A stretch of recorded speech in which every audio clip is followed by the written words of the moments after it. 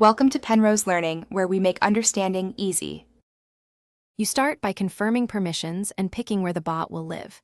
Make sure you have managed server or coordinate with an admin, then create a channel and role for the bot to keep logs tidy. Once done, use the invite flow to add the bot with the bot and applications. Commands, scopes, and assign that role.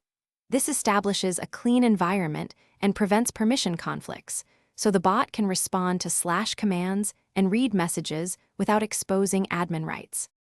Next, configure the bot's behavior inside your server. Assign the role permissions like send messages, manage messages, and read message history so it can operate reliably.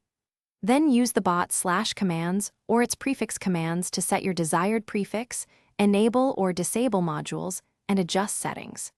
If the bot has a dashboard, log in to toggle features such as music or moderation and map custom commands. This step tailors functionality to your community and avoids noisy defaults.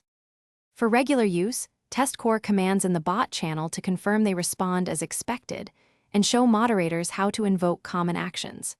When something fails, first check role hierarchy and channel permission overrides, because most issues stem from missing send or read permissions.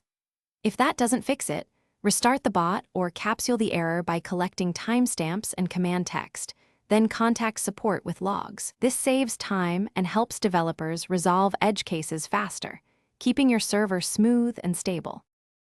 Thanks for watching. If this was helpful, leave a like and consider subscribing. See you next time.